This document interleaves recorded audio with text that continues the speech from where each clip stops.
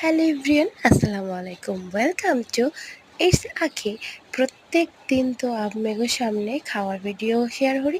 আজকেও ভাবলাম খাওয়ার ভিডিও না, আজকে মুই রান্নার ভিডিও শেয়ার করবো। তো মুই কী রান্না করবো সেই আপনাদের সামনে শেয়ার করবো। মুই যেহেতু গ্রামের বাড়িতে থাকি, গ্রামের বাড়িতে সব কিছু কিন্তু অন্যরকম হয়, এই ডাহার মতো হয় না। তো এখানে আমি দানা শাক যেটা আছে সেইটা লইছি, আর মোর পোলা চানা চড়াইয়া গেছে, এরা খামো ফাঁকে ফাঁকে রান্নাটাও সাইরা লমো।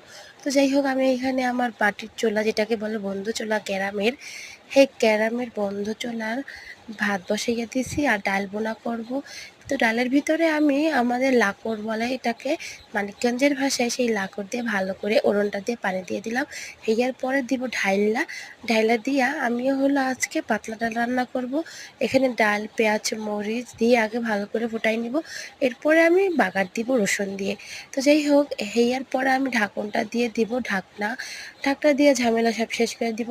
হেয়ার পরে আমি এখানে পানি দিছি ভাতের পাতিলে। এই ভাতের পাতিলে এখন আমি চাল দিয়ে দিব। আগে দেখি চালটা ঠিক মতো, মানে পাতিলটা ঠিক মতো বসছে কিনা। পাতিলে দেখি বেঁকা হয়ে গেছে।